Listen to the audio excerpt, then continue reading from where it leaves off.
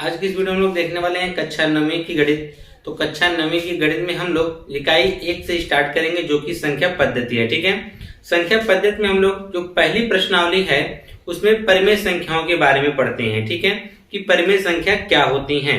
तो हम सबसे पहले आपको परिमेय संख्या समझा देते हैं कि परिमेय संख्या क्या होती है, तब उसके बाद हम लोग प्रश्नावली के क्वेश्चंस को हल करेंगे। ठीक है, इसमें 4 क्वेश्चन पहली प्रश्नावली में दिए गए हैं। ठीक है, एक जो है आपसे परिमेय संख्या पूछा है और 2 क्वेश्चन जो है दूसरा और तीसरा इसमें से परिमेय संख्या बतानी है और चौथा क्वेश्चन में सत्य और असत्य छांटना है। ठीक है, तो सबसे पहले हम आपको यह बताने की समझा देते हैं कि परिमेय संख्या होती कैसे है। ठीक है, मतलब उसको हम पहचान कैसे करेंगे। तो उसके लिए हमने यहाँ पर एक संख्या रेखा को प्रदर्शित कर रखा है। ठीक है, इस संख्या रेखा के माध्यम से हम समझने वाले हैं कि परिमेय संख्या होती क्या है। तो परिमेय संख्या जानने के लिए उससे पहले कि हम कुछ संख्या उससे पहले आती है।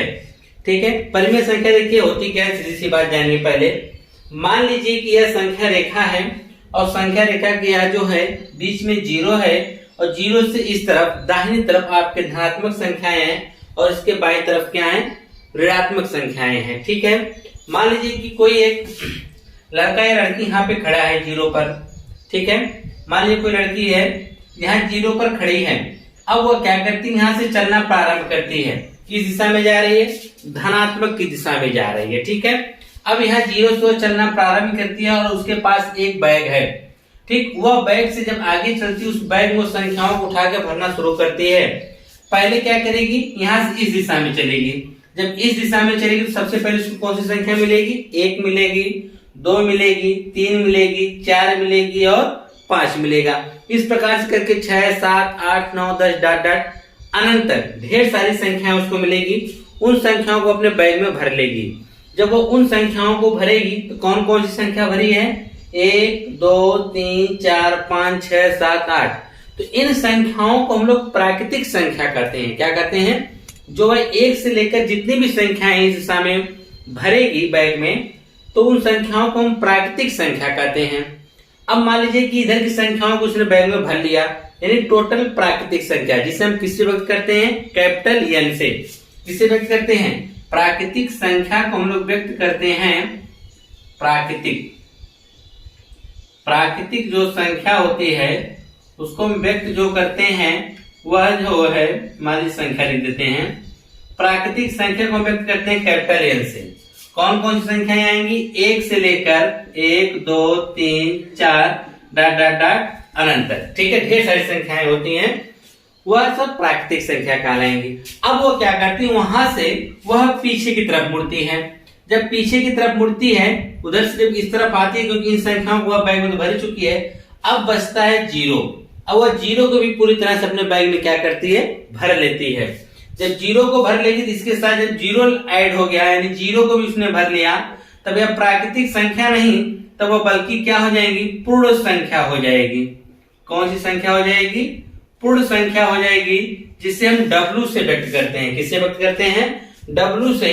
और वह संख्याएं क्या होंगी, देखिए 1, 2, 3, 4, 5 डॉट डॉट डॉट अनंत तक तो यह तो थी ही, लेकिन उसने 0 को भी क्या किया, भर लिया। अगर 0 आ गया तो वह प्राकृतिक संख्या नहीं बल्कि क्या कहलाएंगी, पूर्ण संख्या कहलाएंगी। अब उसने 0 की भर लिया। अब 0 से जब इस तरफ आ रहा है उसकी तरफ माइनस संख्याएं हैं ना, ऋणात्मक अंक हैं, तो इनको भी उसने बैग में उठाकर भरना शुरू कर दिया। जब ऋणात्मक संख्याओं को बैग में भरना शुरू किया, इधर तो पहले प्लस में भरा था, फिर 0 को भरा, यानी इधर भरा तो प्राकृतिक, 0 को भरा तो पूर्ण संख्याएं, अब वो माइनस को भी भरना शुरू कर देगी। जब माइनस को भी भरना शुरू करेंगी तो इसमें यह पूर्ण संख्या नहीं, तब वह हो जाएगी पूर्णांक संख्या। कौन सी संख्या हो जाएगी, पूर्णांक संख्या, जिससे हम व्यक्त करते हैं किससे, Z से। इसमें क्या होता है, इसमें जैसे आप देखे थे कि 1, 2, 3, 4 डॉट डॉट डॉट अनंत। ठीक है, यह प्राकृतिक संख्या थी, 0 मिल गया तो पूर्ण संख्या हो गई। अब इसी में इन माइनस को भी भरना शुरू कर दिया, -1, -2 कह लीजिए। ठीक है, डॉट डॉट डॉट इधर भी। तो जब इसमें माइनस प्लस दोनों आने लगे 0 के साथ, तब वह कहलाती है पूर्णांक संख्याएं। तो संख्या रेखा पर जितनी भी संख्याएं थी उसने क्या किया, बैग में भर लिया। अब संख्या रेखा पर कोई संख्या बची है कि नहीं बची है, तो अब आप ध्यान से देखेंगे तो 0 और 1 के मध्य, ठीक है, इसके मध्य बिंदु को हम लोग क्या लिख सकते हैं, 1/2 लिख सकते हैं कि नहीं। तो 1/2 आ गया। अगर हम बात करें 2 और 3 के बीच की कितना होगा, तो इसे हम लिख सकते हैं, इन दोनों को जोड़ के 2 से भाग, यानी 3 बटा क्या लिख सकते हैं, 2 लिख सकते हैं।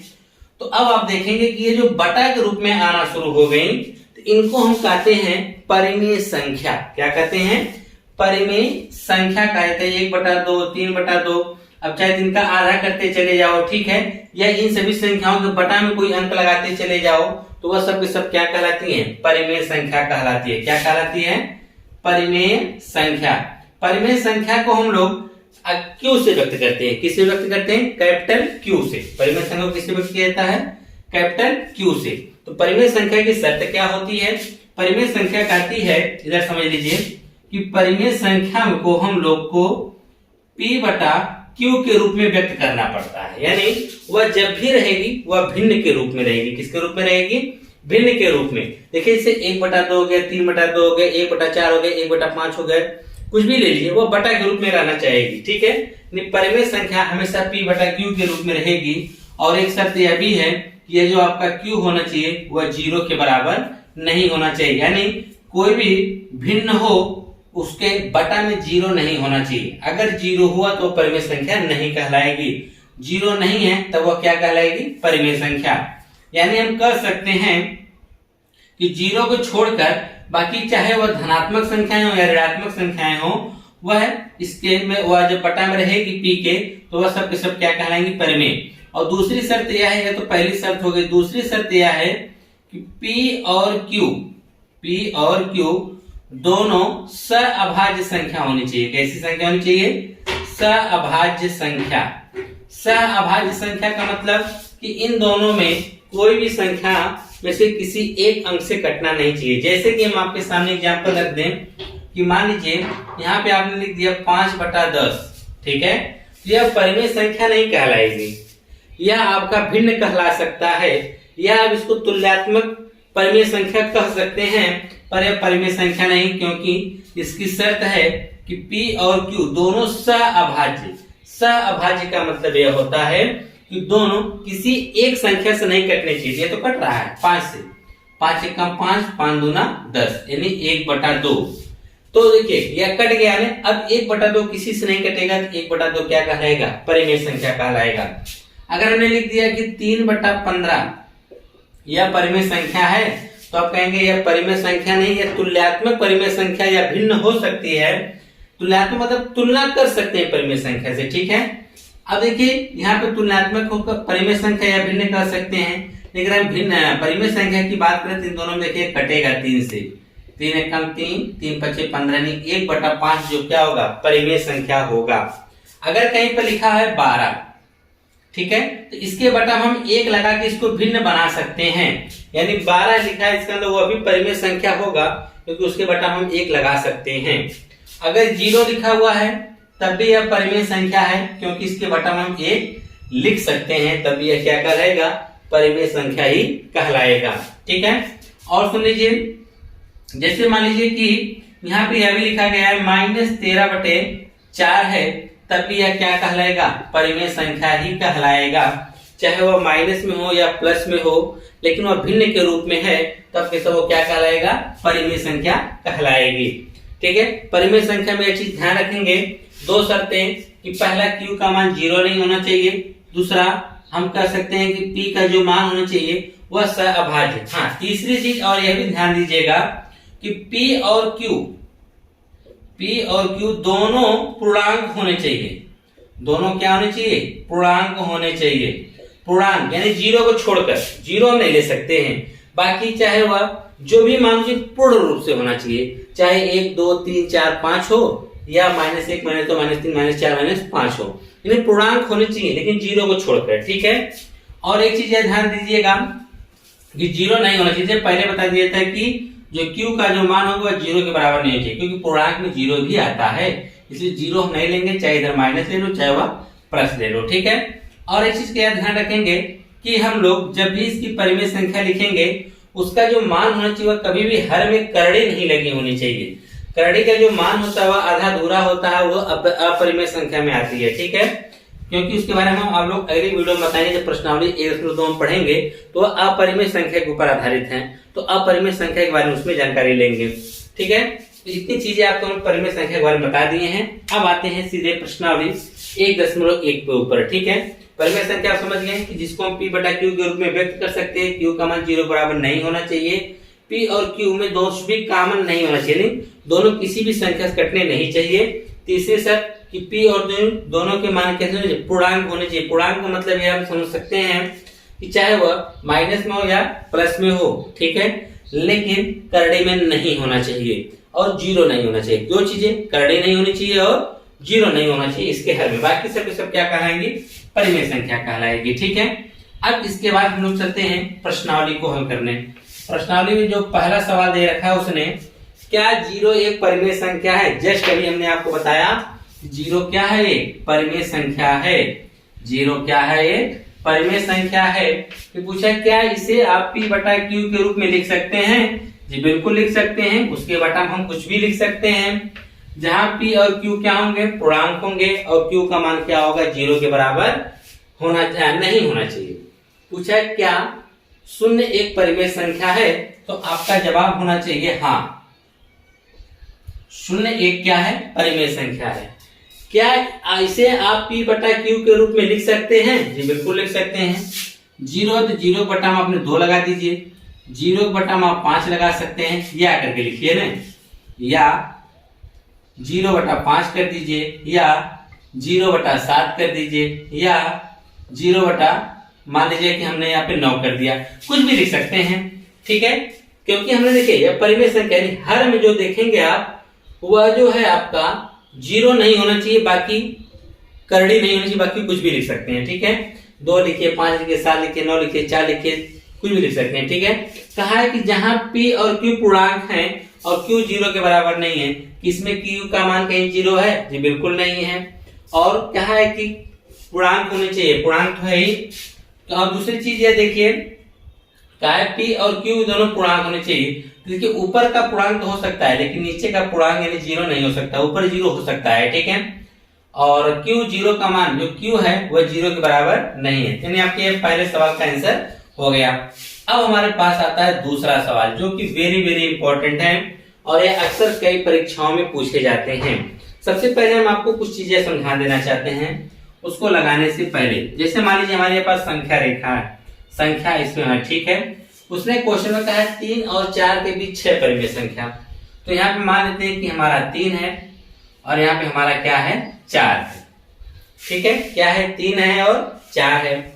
अब हमको इसके बीच में कई संख्याएं निकालनी है, इसके लिए हमको 6 संख्याएं निकालनी है। 1 2 3 4 5 6 संख्याएं निकालनी है। अब हम क्या करेंगे, जितनी संख्याएं इसके बीच में, क्योंकि 3 और 4 के बीच में ही परिमेय संख्या बतानी है, तो जब इसमें बीच के परिमेय संख्या निकालेंगे तो सबसे आसान देखिए 2 तरीके इसके होते हैं। पहला तरीका हम आपको ये समझा दे रहे हैं। ठीक है, क्या करेंगे, दोनों को जोड़कर 2 से भाग कर देंगे। 3 और 4 को जोड़ेंगे, करेंगे 2 से भाग। 3 और 4 को जब हम जोड़ के करेंगे 2 से भाग, तो हमको क्या मिलेगा, 4 3 7/2 मिलेगा। तो इसमें से आप किसी के भी, मान लीजिए यहाँ पे हमने क्या लिख दिया, 7/2 लिख दिया। ठीक है, अब क्या करेंगे, इन दोनों को जोड़कर फिर आधा निकाल के बीच में लिखिए, या इसको हटा दीजिए, इसको हटा दीजिए पूरा। ठीक है, अब देखिए सुनिए, अब यहाँ हमने लिख दिया, तो आपको यह संख्या मिल गई 7/2। अब हम इन दोनों के बीच में निकालेंगे तो आपको क्या करना पड़ेगा, 3 + 7/2 पूरे बटा में 2, 3 दूनी 6 और 6 में आप 7 जोड़ेंगे हो जाएगा 13, तो जाएगा 13/2/2, 2 नीचे आ जाएगा 13/4, यानी आ गया 13/4। ठीक है, अब आप इन दोनों के बीच में जोड़ के निकालेंगे, यह काफी लंबा प्रोसेस हो जाता है। ठीक है, आइए हम आपको आसान तरीका बताते हैं कि इससे आसानी से आप कैसे निकाल सकते हैं। तो सीधी सी बात है, क्या करेंगे, हमको जितने भी परिमेय संख्या निकालनी होगी, मान लीजिए 6 अंक तक निकालना है, तो उसमें हम क्या करेंगे, उससे एक बढ़ाकर हम क्या करेंगे, ऊपर नीचे उसमें गुणा कर देंगे। जैसे कि दूसरा ध्यान समझिएगा, कहा है 3 और 4 के बीच में 6 परिमेय संख्या बोला है ना, 6 परिमेय संख्या, ये ना बोला है। तो देखिए 6 में 1 गुणा क्या होगा 7, तो यह 3 तो है, क्या इसमें हम 7 से गुणा और 7 से भाग कर सकते हैं? बिल्कुल कर सकते हैं। और 4 में भी तो हम कर सकते हैं, 7 से गुणा और 7 से भाग कर सकते हैं। ध्यान दीजिएगा, जितनी भी संख्या पूछेगा उसमें एक बढ़ा के हम जोड़ देंगे, उसमें एक बढ़ा के जोड़कर ऊपर नीचे गुणा कर दीजिए। 7 त्रिक कितना हो जाएगा 21/7 और यहाँ देखें 7 चौक 28/7। ठीक है, मैं वही 6 परिमेय संख्या में 6 परिमेय संख्या, तो इसकी जो 6 परिमेय संख्या कौन कौन सी होंगी? तो देखिए यह 21/7 तो है और यहाँ पर क्या है 28/7 है। अब इसके बाद चलते हैं, 21 के बाद क्या आएगा 22/7, 23/7, 24/7, 25/7, 26/7 और यह हो जाएगा 27/7 और यहाँ क्या हो जाएगा 28/7। तो इनके बीच देखिए 1 2 3 4 5 6 तो परिमेय संख्या हमने बता दिया है कि जो आपका देखिए 21 में आप 7 से भाग करेंगे तो 3 ही आएगा, 3 है, और 7 से 28 में करेंगे तो 4 आएगा। यहाँ 3 है और यहाँ 4 है, इनके बीच की परिमेय संख्या कौन मिली 22/7, 23/7, 24/7, 25/7, 26/7, 27/7। ये सब के सब क्या है परिमेय संख्याएं हैं। तो आप लिख सकते हैं यहाँ पर 3 और 4 के बीच 6 परिमेय संख्या, 6 परिमेय संख्या। तो कौन कौन सी मिला हमको 22/7 हमको मिला, क्या मिला 22/7, 23/7, 24/7, 25/7, 26/7, 27/7। ये सब के सब हमको क्या मिली परिमेय संख्या।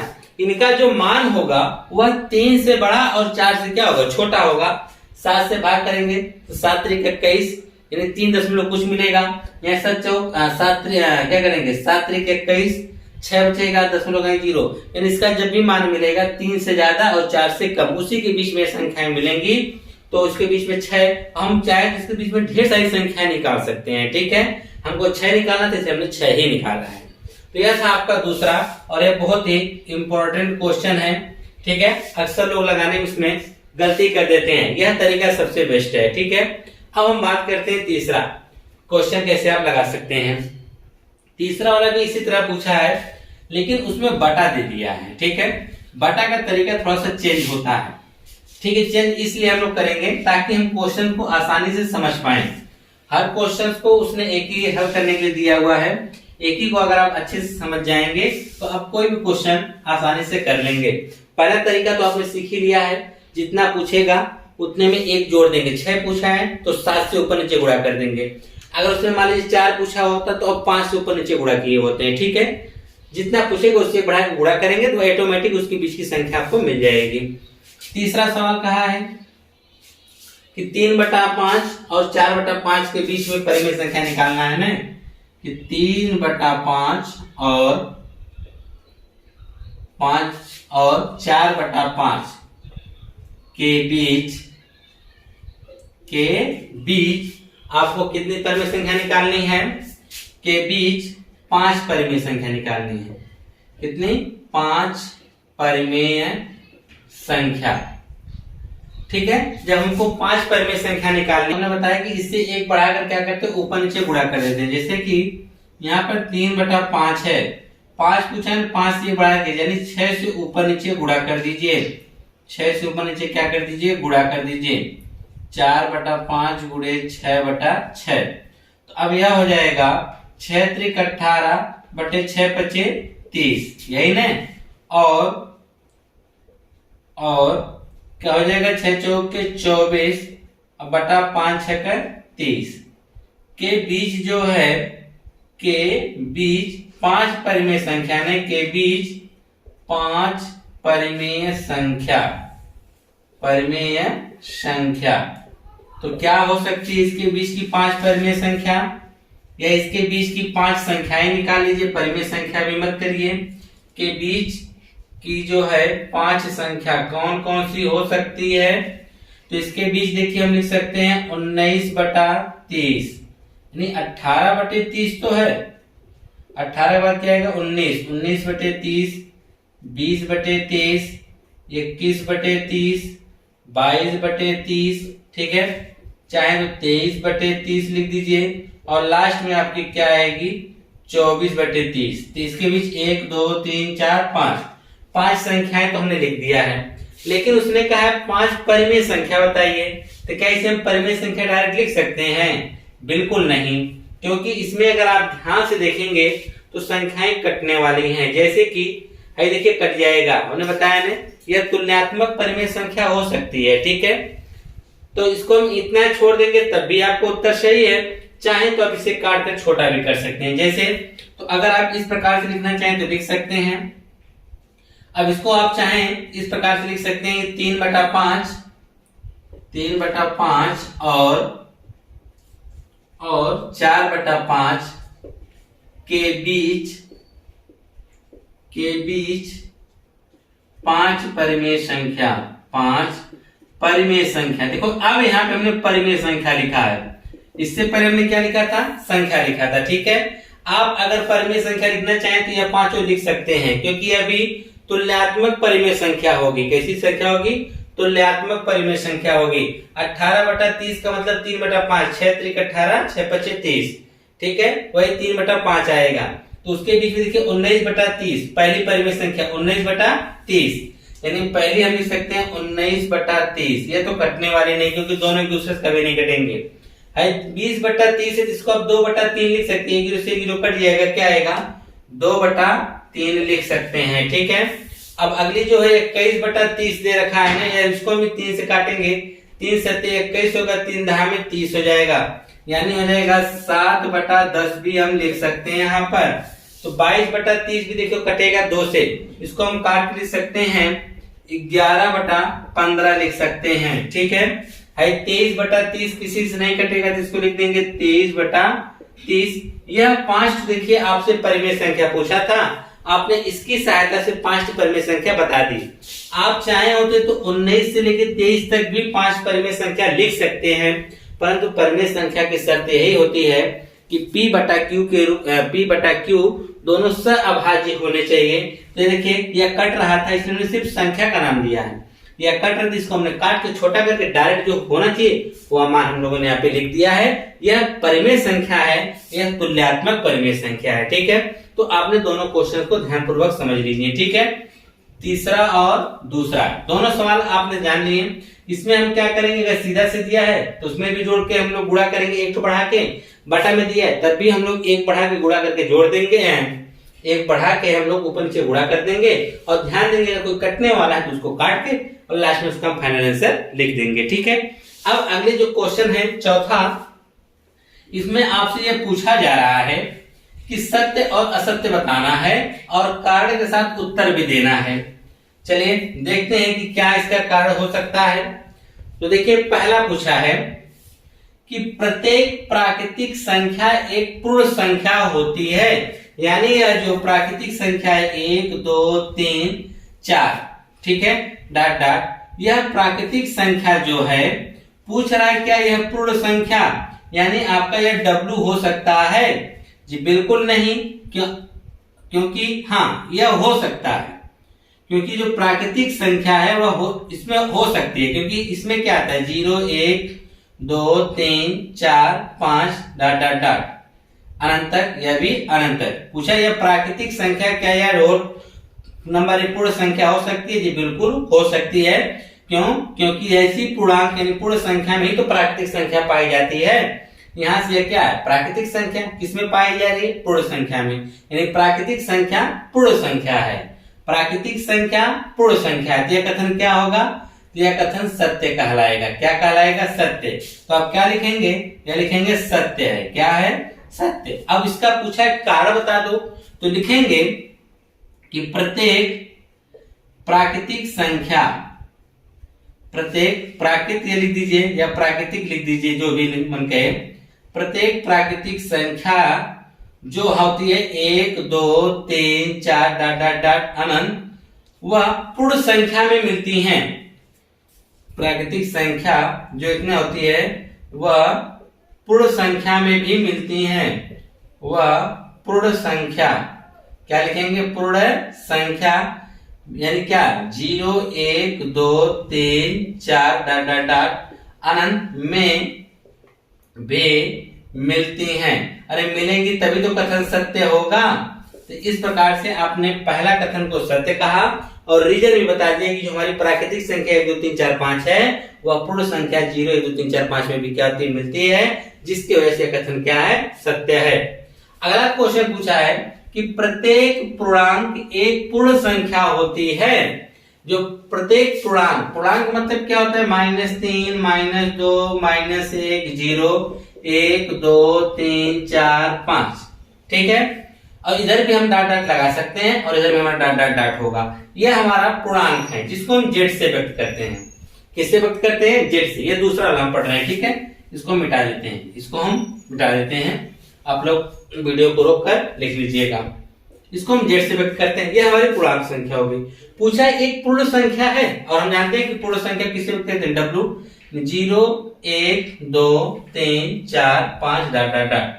तो अब ये बताइए, पूर्णांक संख्या में तो माइनस भी है, क्या पूर्ण संख्या माइनस है? बिल्कुल नहीं है, क्योंकि पूर्णांक में धनात्मक संख्या भी है, 0 भी है और माइनस में भी है। पूर्ण संख्या में 0 तो है, धनात्मक है, लेकिन माइनस वाली संख्याएं नहीं है।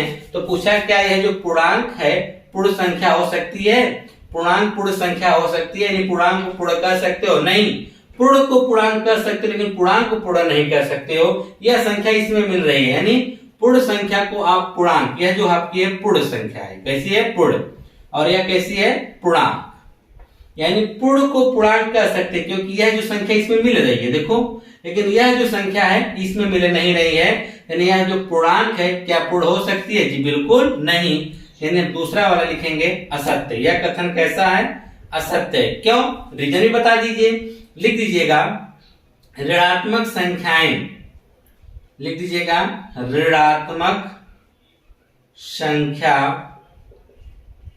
जो होती है पूर्ण संख्या में नहीं मिलती है, पूर्ण संख्या में नहीं होती है, नहीं होती है। क्यों नहीं होती है? क्योंकि क्यों पूर्ण संख्या जो आपकी पूर्णांक है वो पूर्ण नहीं होता है? क्योंकि पूर्ण संख्या में ऋणात्मक संख्याएं नहीं होती है, ठीक है। इसे आप लोग साफ साफ लिख लीजिएगा। तो यह दूसरा कथन आपका असत्य हो गया। अब तीसरा कथन चेक करना है, सत्य होगा क्या सत्य होगा? क्या प्रत्येक परिमेय संख्या एक पूर्ण संख्या हो सकती है या होती है? तो आप ध्यान दीजिए, प्रत्येक परिमेय संख्या, तो परिमेय संख्या तो आप ध्यान से देखिए जिसको हम लोग व्यक्त करते हैं Q से। तो परिमेय संख्या हमारी -3/5 भी हो सकती है, -2/5 भी हो सकती है, 0/1 भी हो सकती है, 1/2 भी हो सकती है, 3/4 भी हो सकती है, 5/6 भी हो सकती है, ठीक है। और पूर्ण संख्या जो हमारा होता है W, वह हमारा 0 1 2 3 4 5, देख रहे हैं कि नहीं? तो इसमें आप दोनों बड़ा अंतर दिख रहा है। पहली चीज इसमें माइनस भी है, दूसरी कंडीशन यह हमेशा P/Q यानी बटा के रूप में होती है। तो क्या यह पूर्ण संख्या P/Q के रूप में है? जी बिल्कुल नहीं, परिमेय संख्या पूर्ण संख्या नहीं हो सकती है। तो तीसरा वाले में लिखेंगे असत्य। वह कथन कैसा है? असत्य है। असत्य है तो क्यों है? लिखेंगे परिमेय संख्या जो है P/Q के रूप में होती है, परंतु पूर्ण संख्या P/Q के रूप में नहीं होती है। लिखेंगे परिमेय संख्या,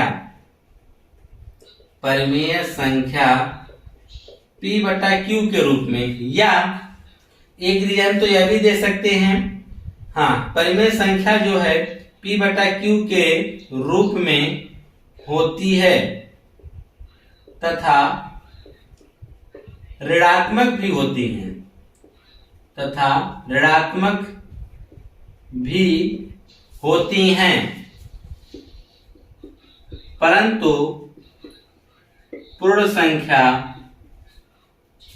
संख्या धनात्मक एवं P बटा Q के रूप का नहीं होता है। यह भी तो कारण बता सकते हैं कि हमारा जो परिमेय संख्या वह P बटा Q के रूप में होती है और ऋणात्मक भी होती है। देखिए ऋणात्मक भी है। जो हमारा पूर्ण संख्या होती है वह हमेशा धनात्मक होती है और वह बटा के रूप में नहीं होती है। इसलिए यह जो पूछा है क्या परिमेय पूर्ण हो सकती है, जी बिल्कुल नहीं, परिमेय जो है पूर्ण संख्या नहीं हो सकती। यह कथन क्या है, असत्य है। ठीक है, तो इस प्रकार आपने प्रश्नावली 1.1 देखा। इसके नेक्स्ट वीडियो में हम आपको प्रश्नावली 1.2 लेके आएंगे जिसमें आप अपरिमेय संख्याओं के बारे में अध्ययन करेंगे। ठीक है, मिलते हैं नेक्स्ट वीडियो में।